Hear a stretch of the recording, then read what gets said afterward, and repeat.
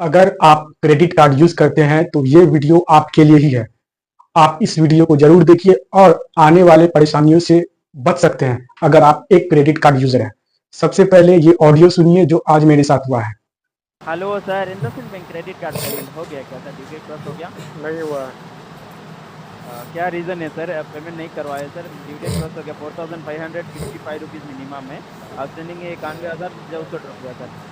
4,554 रुपया 54 रुपया सर। वो पेमेंट अभी तक क्या रीज़न है सर डिले हो रहा है? पिछले मंथ मैंने किया था, कहाँ उसका अपडेट हुआ?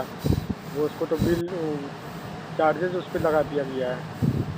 सर पिछले मंथ किए हो तो अपडेट हुआ है ना। 4,525 रुपये आपने किए हो तो रिसीव हुआ है।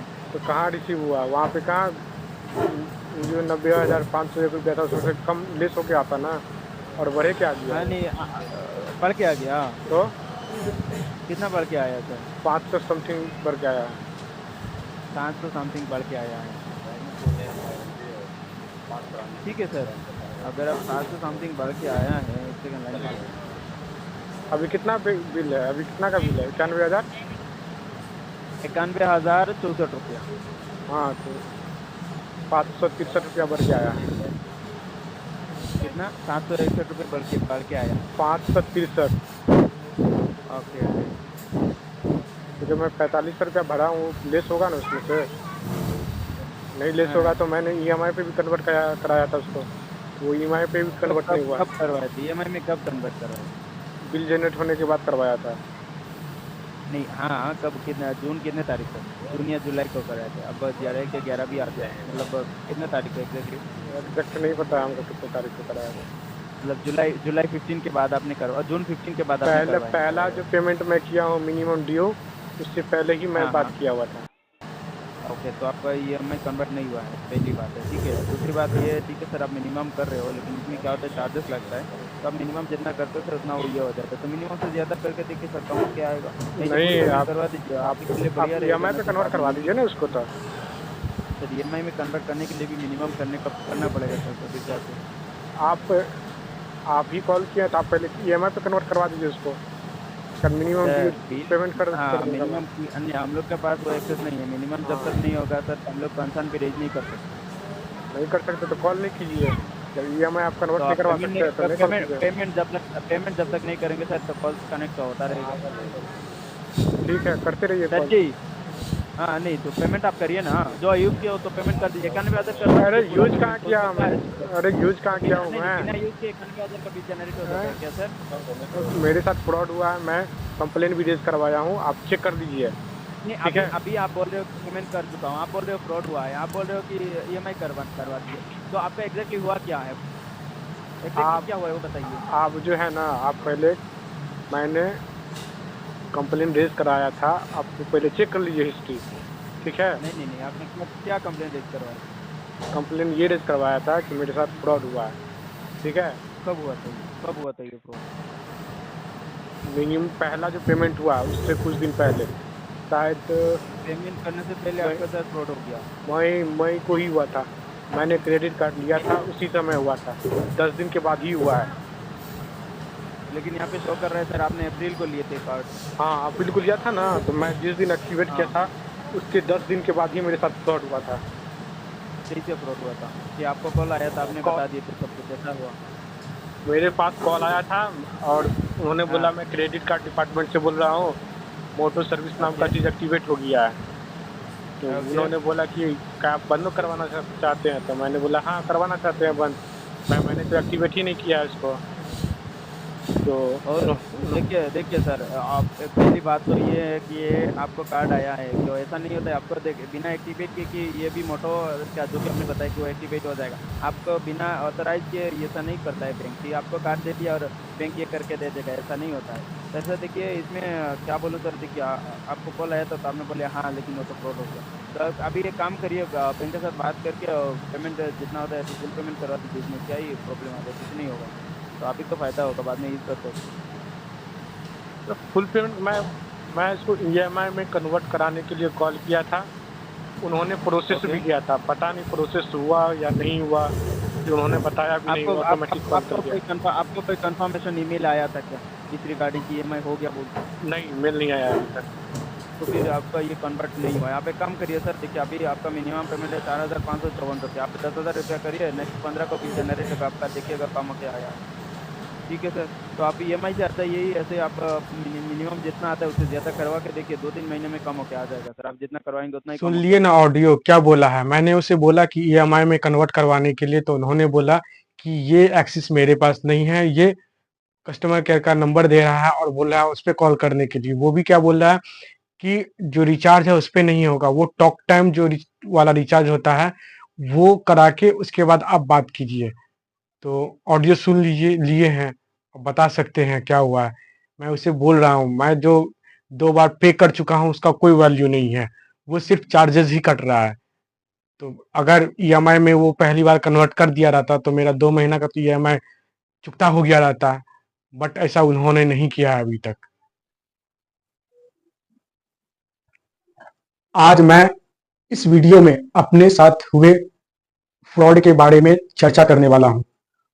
मैं पिछले 3 सालों से क्रेडिट कार्ड यूज कर रहा हूं, जिसमें मेरे पास SBI, एक्सिस और HDFC का क्रेडिट कार्ड है। मुझे इन 3 सालों में किसी भी प्रकार की परेशानी का सामना नहीं करना पड़ा, जितना मैं पिछले 3 महीना से परेशान हूँ। जब से मैं न्यू क्रेडिट कार्ड लिया हूँ तब से मैं परेशान चल रहा हूँ। 3 महीना पहले जो मैं क्रेडिट कार्ड लिया था और जब मैं उसे एक्टिव किया उसके 10 दिन के बाद ही मेरे साथ ये फ्रॉड हो गया। तभी से लेके मैं अभी तक परेशान हूँ और परेशान चल रहा हूँ, अभी भी परेशान हूँ। जब से मेरे साथ फ्रॉड हुआ है तो पहले तो मैं ये चाह रहा था कि मेरा जो अमाउंट है वो वापस चले आए, जिसके लिए मैंने सबसे पहले क्रेडिट कार्ड डिपार्टमेंट को कॉल किया और उनको मेरे साथ हुई पूरी घटना की जानकारी उसे दिया। उन्होंने ही मुझे सजेस्ट किया कि आप एक बार www.cybercrime.पे पे जाके कंप्लेन दर्ज कर दीजिए। इससे ये होगा कि जब मेरे डिपार्टमेंट से इन्वेस्टिगेशन होगा तो वहां से पता चल जाएगा कि आपके साथ जब फ्रॉड हुआ तो आपने वहां पे कंप्लेन दर्ज करवाई थी।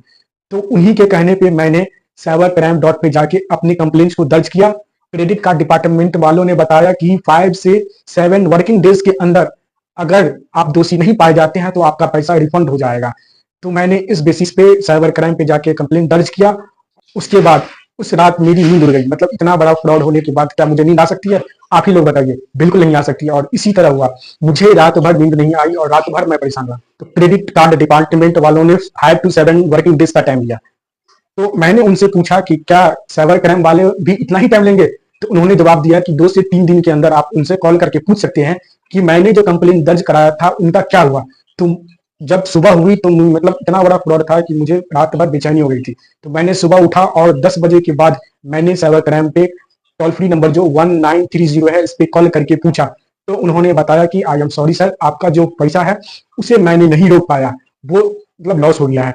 तो फिर उन्होंने उधर से ही कॉल काट दिया। तो फिर मैंने 1-2 दिन के बाद क्रेडिट कार्ड डिपार्टमेंट वालों को कॉल किया।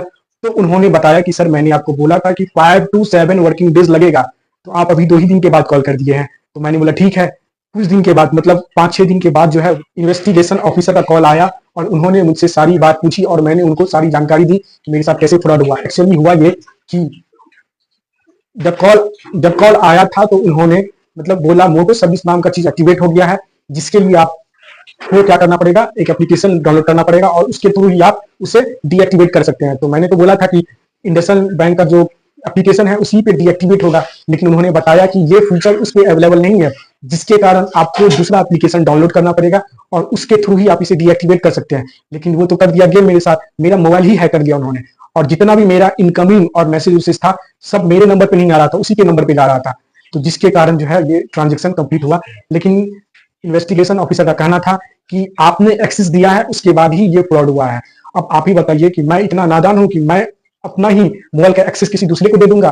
भाई मैं 3 साल से क्रेडिट कार्ड यूज कर रहा हूं, मुझे इतना बात पता है कि भाई किसी को ओटीपी शेयर नहीं करना है, ओटीपी लिखाना नहीं है। तो ये बात तो मुझे पता ही होगी। इस बार दूसरा महीना कंप्लीट हो चुका है फ्रॉड का और मेरा जो बिल डेट है, लास्ट डेट 5 तारीख को, हर मंथ के 5 तारीख को लास्ट डेट रहता है, जो कि कंप्लीट हो चुका है। आज मैं जो ये वीडियो बना रहा हूँ ये 12 जुलाई है।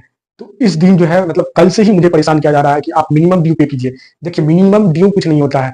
अगर आप मिनिमम ड्यू करते हैं पे तो उससे पहले मतलब 5 तारीख का जो आपका डेट था वो क्रॉस होने के बाद आप पे 3 से 4% प्लस जीएसटी लेट फाइन माना जाता है, जो कि अप्रोक्स मतलब जितना भी अमाउंट है उसका 3 से 4% निकाल लीजिए और 18% उसमें जीएसटी जोड़ दीजिए। उतना अमाउंट जो है आपका क्या होगा, मिनिमम ड्यू मतलब कट जाएगा, मतलब ना पेमेंट जो है आपको लेट फाइन लगता है। और मिनिमम ड्यू जो है उससे ठीक मतलब 200-400 रुपया ज्यादा होता है। अब आप ये बताइए कि मिनिमम ड्यू भरने से कोई फायदा हुआ? इससे बढ़िया है कि आप उसे ईएमआई में कन्वर्ट करा लीजिए। मैं पहली बात मैं ये बोल रहा हूँ कि अगर आपको क्रेडिट कार्ड का यूज नहीं है तो आप क्रेडिट कार्ड नहीं लीजिए। बाय चांस कभी आपके साथ अगर ऐसा फ्रॉड हो गया तो बैंक कभी भी आपकी हेल्प नहीं करेगी, ये बात आप जान लीजिए।